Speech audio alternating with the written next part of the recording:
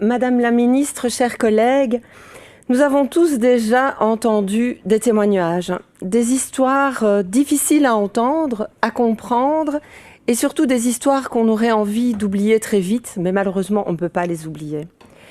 Dans ces histoires, on y parle de douleur, on y parle de sang, de clitoris, de féminité, mais on y parle aussi et surtout d'intégrité corporelle de la femme. Alors, ces mutilations sexuelles féminines sont d'actualité un peu partout autour du monde, mais elles sont également d'actualité chez nous et il ne faudrait pas sous-estimer le phénomène. Alors, avec la journée de ce week-end, de journée tolérance zéro à l'égard des mutilations génitales féminines, le GAMS a eu une nouvelle fois l'occasion de dénoncer le manque de moyens financiers pour assurer leurs activités de prévention, de protection et d'accompagnement des victimes sur le terrain. Alors, ce cri d'alarme, Madame la Ministre, vous l'avez entendu. En effet, vous avez officialisé la pérennisation des activités du GAMS grâce à un financement structurel des antennes de Namur et de Liège avec des sommes de plus ou moins 186 000 € qui leur seront désormais accordées de manière annuelle et à chacune d'elles. Alors je pense que pour le groupe socialiste, et je pense également que l'ensemble de mes collègues ici présents, nous ne pouvons que nous en réjouir. Alors voici mes questions. Pouvez-vous nous en dire plus sur les besoins du secteur, sur cette augmentation de financement accordée par le gouvernement et sur les actions que vous pourrez, grâce à cela, enclencher? Je vous remercie pour vos réponses. Merci Monsieur le Président. Madame la députée, les mutilations génitales féminines, c'est un problème qui est finalement une violence de genre. C'est d'ailleurs ce que me renvoient les travailleuses et ceux et celles qui témoignent pour avoir été victimes ou pour être victimes de ces pratiques, qui n'est pas uniquement d'ordre religieux, peut être culturel, peut être et se retrouve en Afrique. Là, on va dire, c'est peut-être là qu'on va les localiser spontanément, mais se retrouve aussi au Moyen-Orient, se retrouve aussi en Europe et en Belgique.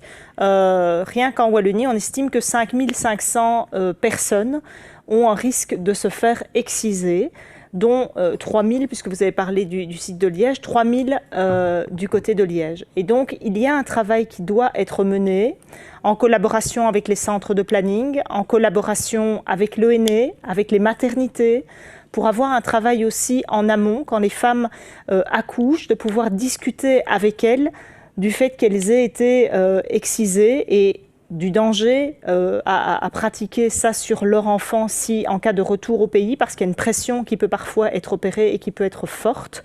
Et donc, c'est un travail qui est mené de sensibilisation à l'égard des populations concernées, principalement, ça peut être en Somalie, ça peut être en Guinée-Conakry et dans plein d'autres régions. Mais nous devons, nous, en région wallonne, avoir un travail de prévention et de lutte contre les violences de genre. C'est la raison pour laquelle, dans le cadre du décret de 2018, nous avons pu faire en sorte qu'elles aient un agrément structurel et donc de passer de 40 000 € pour cette association à 185 000 € qui va pouvoir lui permettre de stabiliser ces travailleurs, de faire un travail de qualité, travailler aussi avec des traductrices pour toutes les personnes qui sont concernées et qui doivent pouvoir se déployer, en plus des stratégies concertées où la Wallonie met 13 500 € pour lutter contre les mutilations génitales féminines. Un travail peut être fait, pour répondre donc à votre question, mais j'y ai répondu de manière implicite, en amont encore, plutôt au moment de la naissance des enfants et de leur suivi. J'aurai l'occasion sans doute d'en discuter avec ma collègue Linar, puisque j'ai eu l'occasion de rencontrer l'association du GAMS et l'ensemble de ses travailleuses. Merci Monsieur le Président. Merci Madame la Ministre pour vos réponses. Ce sont des chiffres édifiants. Vous venez de citer 5500 personnes qui risquent de se faire exciser, 3000 rien que sur Liège. Vous faites aussi bien de rappeler que c'est dès la naissance qu'il faut agir et que la prévention est en cette matière vraiment très importante. Vous avez parlé de la stabilisation des travailleurs, ça c'est quelque chose qui nous est cher également.